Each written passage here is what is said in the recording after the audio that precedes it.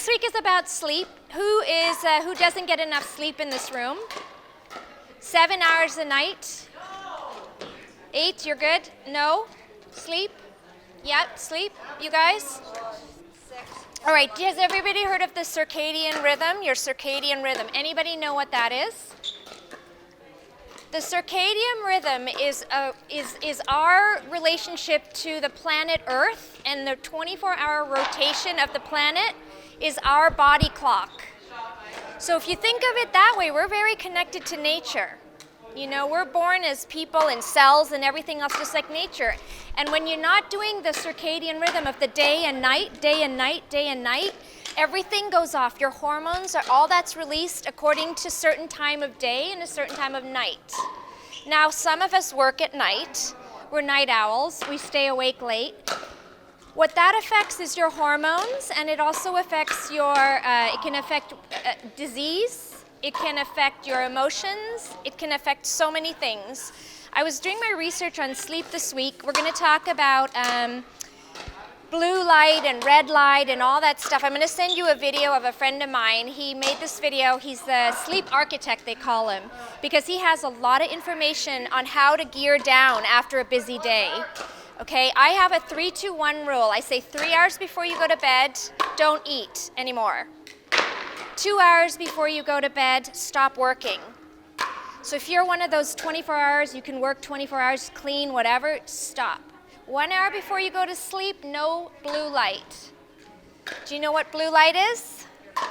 Everything, practically, in our lives is a blue light at night. And you know, technically it's supposed to be better for you, but it stops the melanin in your body from melatonin from producing.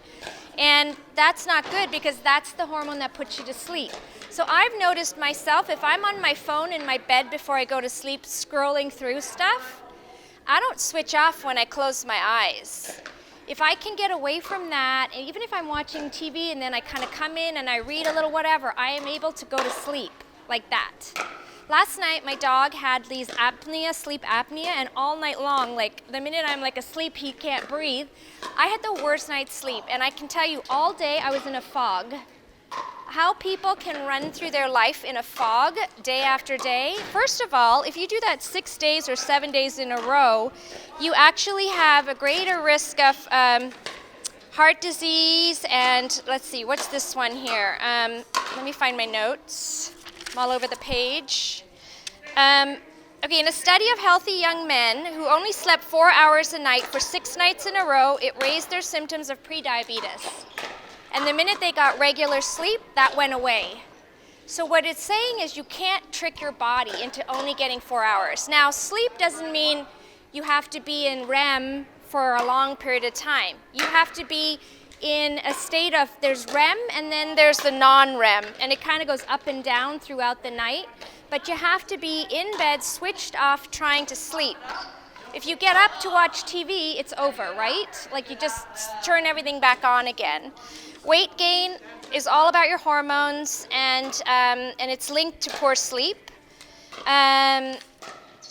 They had a bunch of interns that were scheduled to work 24-hour shifts. They had 36% more serious medical errors.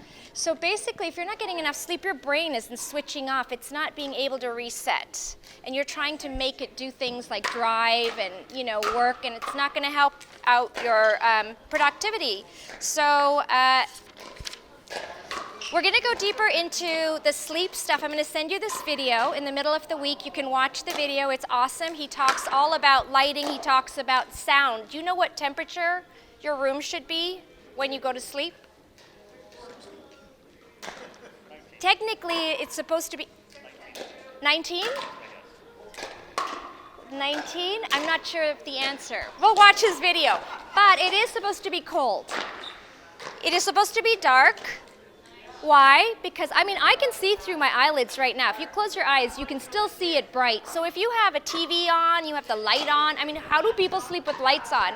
I had a former boyfriend that slept with everything on. I was like, this isn't going to work. So if you can get used to this habit, I go to bed at 9 o'clock. I fall asleep probably at 10.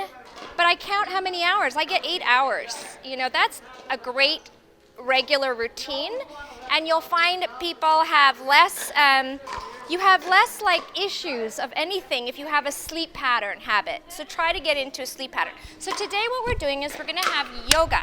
Yoga. Anybody does yoga? Anybody done yoga? And who hasn't done yoga?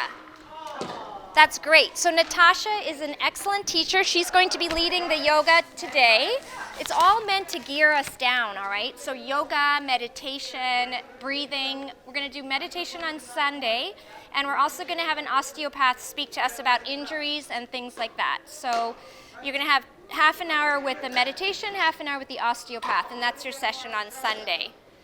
But for today, let's enjoy the yoga. Any questions? I'll be talking to you about sleep over the next while, but read up on it. It's very important that we get enough sleep. All right?